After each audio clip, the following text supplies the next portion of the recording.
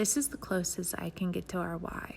The goal of education, or at least the goal of education in our household, is to order our children's loves, to teach them to love what is good, true, and beautiful, and to turn away from what isn't, to develop their palates to appreciate and desire a good life, a life filled with purpose, beauty, adventure, music, good stories, history, order, courage, loyalty, calculated risk, thoughtful work, intentional celebration, and weekly rest, all with their people, their tribe, to show them what a life well lived looks and tastes and smells like, to get to spend more of our life together, learning how to love each other well.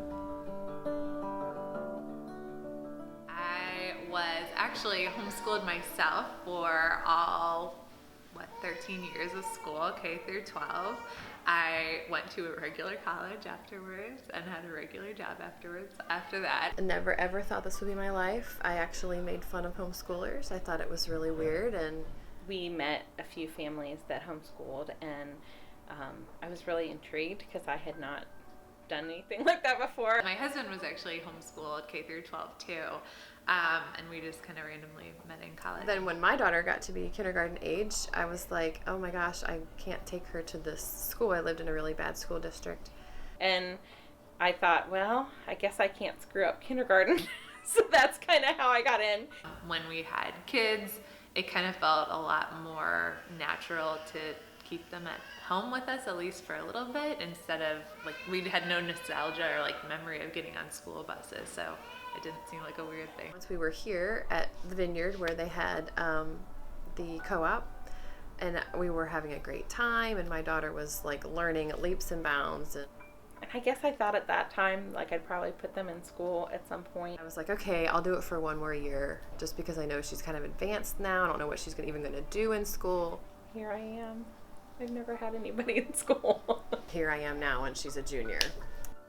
The amount of time that they get in their day is just really, really special. You don't have to do school 6 hours a day. You don't have to do anything that looks a certain way.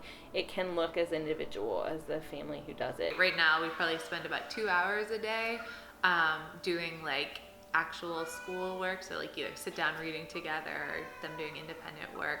But the rest of the time, kind of from lunch till dinner, they're outside building tree forts or doing art or making music. I think just like expanding the idea of like what learning actually is. Like, it doesn't have to be like sit down with a pen and paper. It can be like just a bigger part of life. You know, school has to have way more systems than what I have in my homeschool. And so it has to be a one-size-fits-all pretty much situation. I think the best way to learn is if you have like a super specialized, like, I'm going to make sure that you understand everything. We're not going to go on until you get it all. I think there's a little bit more ability to individualize things for your kids. Kids can learn so much in such a short amount of time when they have like one-on-one. Where did Marco Polo travel to? China. Marco Polo. And now Good job. When I'm cooking with my 3-year-old, I'm teaching her about fractions. Like, that is, she's learning about fourths and halves and thirds. When we're like playing outside and like, you know, looking at caterpillars or leaves or, you know, like they're learning about their world around them. We only test once a year rather than what I see these high school, public schools doing, where they're just testing all the time.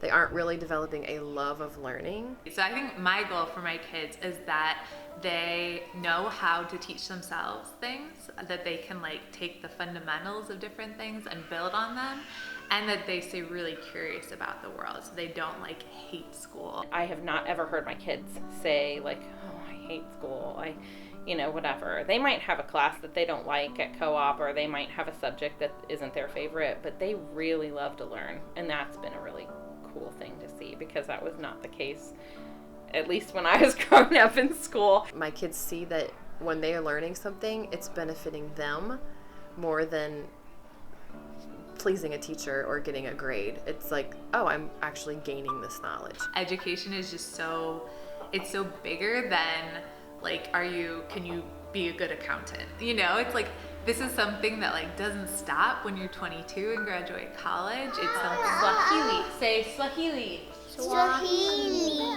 And it's our third year of doing it, and yeah, every year we do it. I just enjoy it more and more. I think you just get to really become friends with your kids, and kind of figured like if we want to be like the biggest shaping influence in their lives, then we just get the most time with them. I feel like my kids are super close to each other, and that we are really close to our kids. Like, we have an incredible relationship with our kids, and I mourn for people who don't have that. We also get to like train their hearts and shape how they think about the world. And we really get the time to address really everything that comes up in a kid's life.